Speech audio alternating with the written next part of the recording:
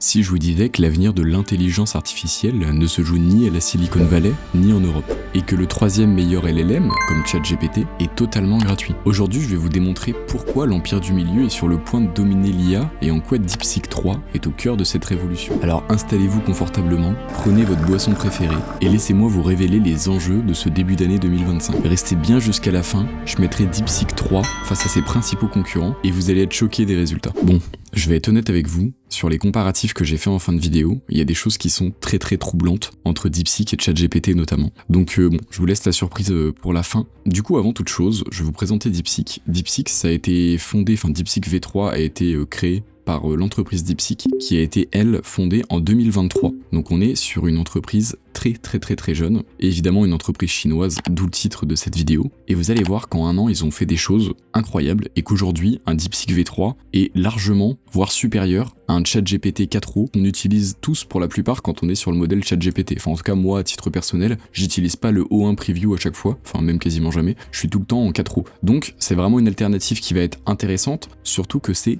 totalement gratuit. Donc là on est sur leur site, on voit qu'ils mettent des benchmarks en avant, etc. Je vais pas du tout me fier à ça. Je vais aller sur un site spécialisé qui compare tous les LLM avec leur méthodologie, qui est totalement indépendant. Comme ça on aura vraiment une belle vision de tout ce qui se passe sur le marché. Bon, ce site s'appelle Artificial Analysis et il reprend, alors je vais pas vous dire tous les modèles, mais en tout cas une bonne partie des modèles, ils les testent avec leur propre batterie de test et ensuite ils nous font des petites chartes où on voit un petit peu ce sur quoi ils sont meilleurs, moins bons, etc. Je vous le dis d'emblée, on est sur un modèle qui est 100% gratuit, donc tout ce qui concerne la vitesse et le prix de l'API, je vais pas m'y intéresser. Donc là on est sur la page principale et on voit déjà ici que sur en fait le score de qualité qui est une moyenne de tous leurs indicateurs, on est top 5. On est top 5 et si on compare au niveau des modèles open source, on a juste Llama qui est un petit peu derrière mais qui est un modèle beaucoup plus lourd parce qu'on a quelques spécificités que je vous apporterai juste après. Et sinon c'est les seuls en fait, tout le reste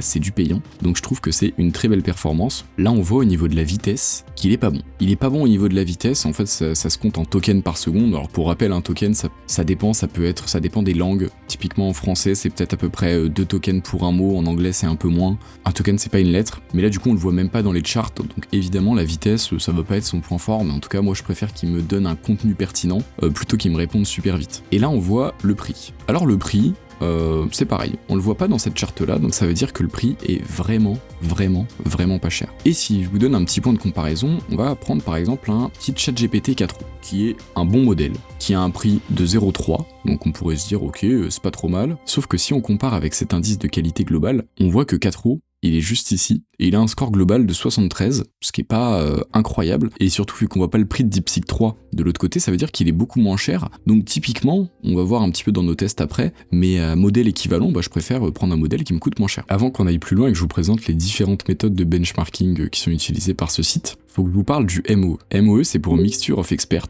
et c'est une particularité qu'a DeepSeek V3. DeepSeek V3, c'est un LLM qui a 671 milliards de paramètres. Si on compare par exemple au dernier Llama, le dernier Llama 3.3 en a 70. Donc on peut se dire, ok, c'est un modèle open source, c'est super, sauf qu'il est tellement énorme que si demain je veux le faire tourner en local, ça va être très compliqué, etc. Alors certes, c'est quand même dans tous les cas, il faudra beaucoup de ressources pour faire tourner quelque chose comme ça. Mais en fait, l'idée, c'est de se dire que ils ont un système qui est similaire à ce qu'avait fait Mistral, où si vous voulez, vous avez votre input, donc la question que vous allez demander. Et là, vous avez un routeur. Et en fait, ce routeur, il va permettre, au lieu que tous les experts soient activés, ces 671 milliards de paramètres, ils vont être divisés en plusieurs experts, et ça va nous permettre en fait d'avoir toujours que 37 milliards de paramètres d'actifs, et pas les 671, ce qui va permettre de réduire en fait le coût énergétique, le coût en performance, etc.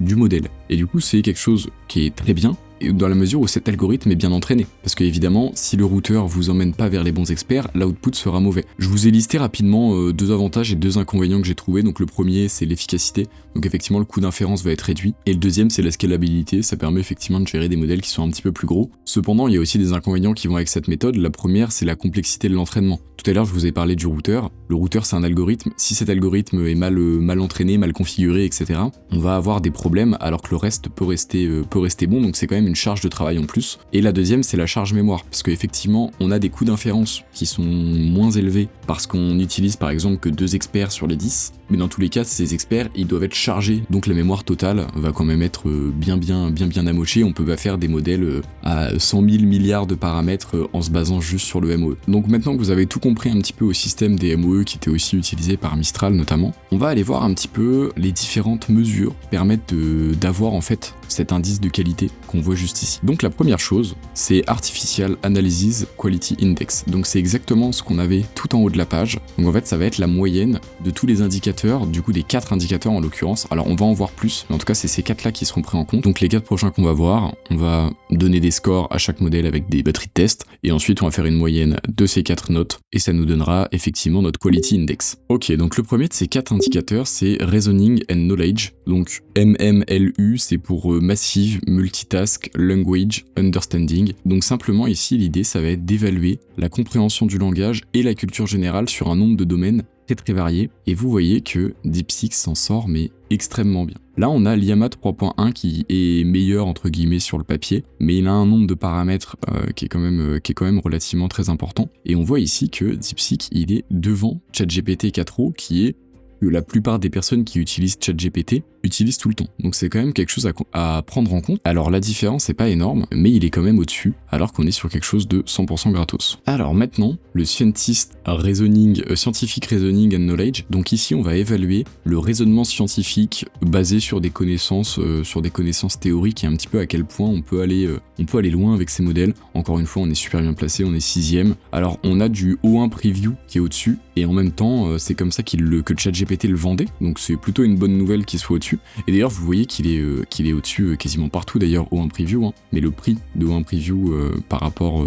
en fait, ça dépend des tâches que vous allez faire. Mais pour des tâches courantes, O1 Preview n'est pas du tout adapté parce qu'il est beaucoup trop cher. Ensuite, Quantitative Reasoning, donc celui-là c'est le 3ème. Donc celui-là, il va vraiment évaluer la capacité à répondre à des problèmes mathématiques, donc que ce soit de l'algèbre, de la géométrie, des probabilités, etc.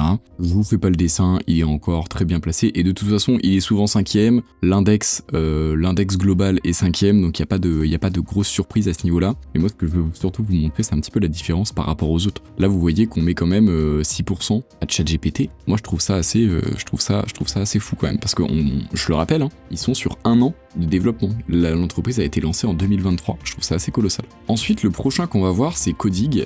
C'est Coding avec une évaluation humaine. Donc encore une fois 5ème. Alors ici, l'idée, ça va être d'évaluer la génération de code, donc évidemment du code fonctionnel, et aussi d'évaluer la correction de code potentiel. Donc là, encore une fois, il est très bon, et dans tous les cas, en fin de vidéo, vous allez voir qu'on va tester un petit peu tout ça. On va essayer de se créer une app. Donc on va mettre tout ça en pratique. Donc là, effectivement, on comprend que le top 5 est 100% mérité et que sur la plupart des choses, pour l'instant sur tout, à part effectivement la vitesse, si on veut lui trouver un bémol, il est juste excellent. Là, on arrive sur quelque chose que je trouve excessivement pertinent, c'est Artificial Analysis Multilingual Index. Donc là, l'idée, c'est de se dire que on va aller un petit peu plus en profondeur sur ce détail, parce qu'il y a 2 valeurs qui sont à prendre en compte pour le calcul de cet indice. Et ici, surtout, on est très très bien positionné. Alors, pour faire simple, c'est un indice qui va calculer un petit peu la compréhension des langages qu'il prétend pouvoir supporter. Donc pour faire simple, il va y avoir 2 mesures, donc une où on va faire des tests mathématiques dans plusieurs langues et on va voir comment il s'en sort, et l'autre où il va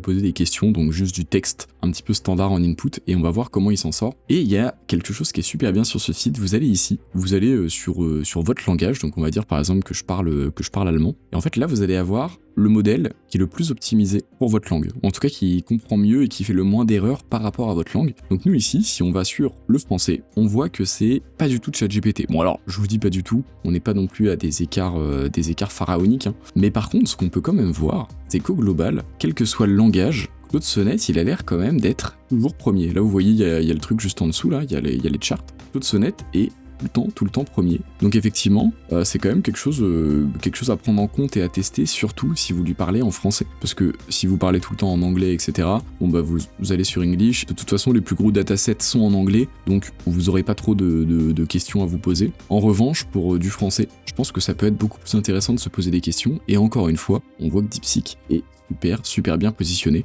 Et d'ailleurs, je trouve ça presque dommage que Mistral, qui est quand même français initialement soit aussi loin. Mais bon, après, encore une fois, il y a un nombre de variables qui à prendre en compte beaucoup plus large. Mais c'est vrai que j'aimerais bien voir notre fleuron national en pole position sur cette charte. Donc voilà un petit peu pour ce tour de ce site. Je le trouve vraiment super. Et quand il y a des quand il y a des nouveaux modèles, ou si vous voulez aller voir un petit peu ce que vaut un modèle, bah c'est vraiment une super façon de faire. Parce que dites-vous qu'initialement, je voulais faire une vidéo sur Llama. Et justement, j'avais déjà entendu parler de DeepSeek et je suis tombé sur justement les stats etc. de ce LLM. J'étais en mode mais en fait c'est fou vraiment que personne n'en parle à ce point-là.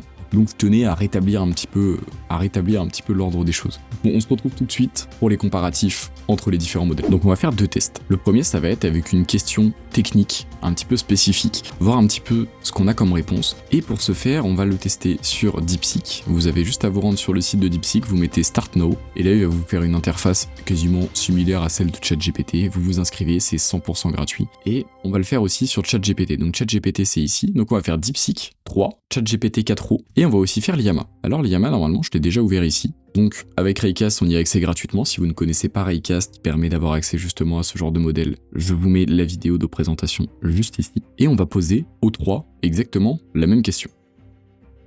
Bon, on va analyser les résultats. Alors, je vais pouvoir vous montrer ce que j'avais eu. Mais moi, ce que j'avais eu, c'était très troublant. Là, ça l'est, mais un petit peu moins. Parce que mes premiers tests, j'ai eu exactement le même exemple sur tout ce que j'ai testé. Là, il y en a eu un qui est un petit peu différé. Vous allez voir que c'est toujours lié à la noyade, mais que une fois c'est de la crème glacée et l'autre fois c'est lié au nombre de piscines. Mais ça m'avait troublé d'avoir exactement les mêmes exemples à chaque fois. Et en même temps, il doit y avoir quand même des datasets relativement similaires sur ce genre de modèle. Alors, il y a une chose que je voulais absolument, c'était la notion de variable ou facteur confondant que j'ai eu ici, donc je suis assez content. Donc après, c'est pas une question non plus ultra complexe et en même temps, je voulais pas aller dans quelque chose que moi-même je ne comprends pas. Mais du coup, là, c'est simplement la différence entre la corrélation et la causalité avec un exemple. Alors pour faire simple, la corrélation, c'est une relation entre 2 variables, qui peut être positive, négative, nulle, etc., mais qui n'ont pas forcément d'effet direct l'une sur l'autre, alors que la causalité, c'est vraiment une cause et un effet. Donc ici, l'exemple, c'est la corrélation de glace et le nombre de noyades. Donc on se dit que plus il y a de personnes qui consomment de glace, et plus il y a de noyades, sauf que cette conclusion est erronée. Le fameux facteur confondant, c'est la chaleur, et c'est surtout parce qu'il fait chaud que plus de personnes sortent, et plus de personnes vont se baigner, donc automatiquement, il y a plus de noyades. Donc voilà, c'était à peu près la conclusion que je voulais. Donc lui, pour l'exemple, il n'a pas pris... il n'est pas resté sur le même thème, ce qui est un petit peu dommage, mais bon après ça c'est du détail. Ensuite on va passer à ChatGPT. Donc ChatGPT, la première fois que je l'ai fait, donc on est sur 4 roues, la première fois que je l'ai fait, il m'a redonné le même exemple des glaces, etc. Donc là on va voir un petit peu ce qu'il m'a raconté. Donc il nous réexplique corrélation et causalité, et vous voyez qu'au niveau de la forme, on est exactement sur la même chose, et vous allez voir qu'avec DeepSeek, on n'a absolument aucune lacune, et je le trouve même un petit peu plus précis sur certains points. Donc l'exemple classique, j'ai l'impression qu'ils disent ça à chaque fois, nombre de piscines dans une ville et le taux de noyade, il pourrait y avoir une forte corrélation entre ces 2 variables, mais effectivement c'est la même conclusion que tout à l'heure, il y a une corrélation mais pas du tout de causalité, et le facteur confondant ici c'est simplement l'exposition à l'eau. Plus il y a de piscines, plus il y a de personnes qui vont potentiellement se baigner, donc plus il y a de personnes qui vont potentiellement se noyer. Donc ici il nous explique comment faire un essai correct entre guillemets par rapport à ça, et lui il me prend un exemple qui correspond à notre exemple du dessus. Donc je trouve ça, qui affine entre guillemets et qui nous prend notre premier exemple et qui dit ok, là c'est comme ça qu'il faudrait faire pour cet exemple pour qu'on ait un résultat correct. Donc je trouve ça super intéressant qu'il reste sur la même idée. Et maintenant on va passer à DeepSeek. Alors notre fameux DeepSeek, vous voyez déjà, c'est peut-être un petit peu, j'ai l'impression que c'est un peu plus long comme ça. Ah si, c'est un petit peu, c'est du détail, hein. C'est vraiment du détail. Donc là il nous dit que la corrélation et la causalité sont 2 concepts qui sont fondamentaux en statistique mais qui peuvent parfois être confondus. Donc il nous explique la corrélation avec un petit exemple. Donc c'est du détail mais c'est des choses qu'on n'avait pas forcément de l'autre côté. Donc lui il va nous prendre la même chose entre la consommation de glace et le nombre de noyades. Je vous ai dit, c'est un petit peu l'exemple de base apparemment. Donc je peux vous réexpliquer ce que sont chaque chose. Là il met effectivement l'interprétation erronée. Il nous parle aussi de facteurs confondants. Alors je sais pas où c'est, mais je l'ai vu. Bah là ici on a le facteur confondant, donc en l'occurrence la chaleur. Et lui par contre, ce que j'aime bien c'est qu'il fait exactement comme ChatGPT, où il reprend notre exemple du dessus pour dire ok, il faudrait faire ça pour que notre étude soit bonne. Donc je sais pas ce que vous en pensez, mais en tout cas moi là je mettrais Llama 3.3 en dernier. Et alors j'aime bien le petit exemple qu'il a mis au tout début, il en aurait, mais bon en même temps c'est très bien expliqué de l'autre côté aussi. Donc je mettrai GPT 4o et DeepSeek V3 pour le coup. On va dire sur un pied d'égalité sur ce petit test. Et maintenant, on va passer au deuxième test. Il va nous coder une application. Ils vont nous coder une application. Ok, du coup, je lui ai préparé un prompt que je vais coller partout. Donc, je lui ai demandé de me créer un convertisseur de time zone. On va voir un petit peu. On est quand même sur des choses qui sont pas ultra simples. Hein. Je lui ai pas demandé de me faire 2+2. Donc, on va voir un petit peu ce que ça donne. On va rester sur GPT-4o. Je sais pas, il va peut-être me mettre en Canva d'ailleurs automatiquement, lui. Ouais, je m'en doutais. C'est pas grave. On fait avec les modèles qu'il y a. Et on va faire sur Llama. Et oula, ça a été généré très rapidement. J'ai hâte de voir si ça fonctionne. J'y crois pas du tout. Mais on voit ça tout de suite. Ok, bon. C'est l'heure de la conclusion. Je vais vous montrer un petit peu ce qu'ont donné deux applications. Il y en a 2 sur 3 qui marchent. Je vais pas me prendre le tête à vous montrer Llama parce que Llama ça a pas marché. Et là l'idée c'était pas d'essayer de comprendre pourquoi ça a pas marché parce que je voulais avoir un premier jet. Quoique si on met juste, si je dis juste je pense ça, je vais quand même faire un test. Je vais quand même me permettre de faire un test. Il y a moyen que ça change tout, parce que j'ai vu qu'il m'avait importé un truc particulier au début. On va juste essayer comme ça, rapidement. Donc en fait, pour faire des tests, c'est super simple. Donc moi là, je suis sur Xcode, donc je vais dans Xcode, nouveau, projet. Du coup, moi, je veux, sur macOS, je veux une application. Je vais l'appeler TZ pour Time Zone et LL pour Llama, donc Time Zone Llama. Ça, c'est ce que je lui ai demandé juste avant. Je vais enregistrer ça sur le bureau. Et du coup, à partir d'ici, on va changer Cursor View par ce qu'il vient de me donner comme code. On va laisser ça charger. Je vais juste faire un petit changement parce que sinon, on va avoir des problèmes. On va mettre TZ LL, je crois que c'est ça que j'ai mis. Il m'a tout supprimé, c'est génial. Non, il est encore en train de charger. C'est pas très grave s'il charge. Et là, on peut le lancer. Ah, ok. Bon, ça a permis quand même de... Alors, je sais pas si... Ah non, c'est la preview que je vois juste ici, là, en fait. Attendez, parce que du coup, s'ils ont tous marché, on va pas réussir à s'en sortir. Mais si, j'ai quand même bien l'impression que ça fonctionne. Ça, c'est marrant quand même. Hein. Là, vous allez voir, du coup, là, on est sur le test de Llama, donc qui a très bien fonctionné. Et en fait, ils ont tous la même particularité. Il faut rentrer l'année, le mois, le jour et l'heure. Donc là, on choisit notre fuseau. Ensuite, on met convertir. Donc, ok. Pour Llama, c'est validé, juste avec un petit changement. Je n'avais pas pensé à faire, mais là j'y ai pensé en même temps que vous, donc ça, je peux le fermer. Ensuite, on est sur TZDP, tout simplement pour DeepSeek. Pareil, on va le lancer, donc successful. Alors pour ceux qui ne savent pas, c'est commande R hein, pour lancer son script sur Xcode. Du coup, pareil, je trouve l'interface peut-être un petit peu plus actuelle, un peu plus ergonomique, etc. Mais au global, on est quand même sur exactement la même chose. Donc ça marche, c'est parfait, on peut clôturer. On oublie. Et le dernier, le TZ classique, eh ben ça va être celui qui a été fait par ChatGPT. Et vous voyez encore une fois qu'on est quasiment exactement sur la même chose. Donc là, je saurais pas trop vous dire qui a gagné, honnêtement, parce que c'est tellement identique que c'est relativement compliqué. Mais en tout cas, ravi de constater que on peut, parce que j'avais déjà fait quand même des tests, essayer de coder des choses, etc. Ça s'est quand même bien amélioré, parce que là, j'ai eu absolument aucun changement à faire. Donc c'est surtout ça. Enfin, si le petit changement au début pour Llama où j'ai dû lui dire de mettre d'import SwiftUI, mais à part ça, rien du tout. Donc au final, la conclusion de tout ça, c'est quoi? La conclusion de tout ça, c'est qu'on a des modèles qui sont très efficaces, et on parle quand même de Llama et DeepSeek, de modèles open source. Entre les trois, là on a quand même 3 résultats similaires. Il y en a 2, c'est des alternatives gratuites, et l'autre est payante. Donc c'est quand même quelque chose que je voulais vous mettre en tête, qui je pense est quelque chose à considérer. Et puis si vous n'utilisez pas excessivement de ChatGPT, en tout cas pas pour les fonctionnalités qu'il apporte réellement, donc Canvas, etc., ou même l'audio. Je sais qu'à ChatGPT, je parle beaucoup en audio parce que je trouve ça super pratique. Ici, on ne l'a pas. Donc ça, c'est des petites choses qui peuvent faire que, ok, là, on va s'orienter vers du ChatGPT. Mais en tout cas, pour les personnes qui ont une utilisation un petit peu standard, écrite, où c'est du texte, où ils veulent du texte, et encore maintenant, on peut mettre plus en input, mais sur Llama, par exemple, c'est que du texte en input et du texte en output, ça peut être intéressant d'aller sur quelque chose de...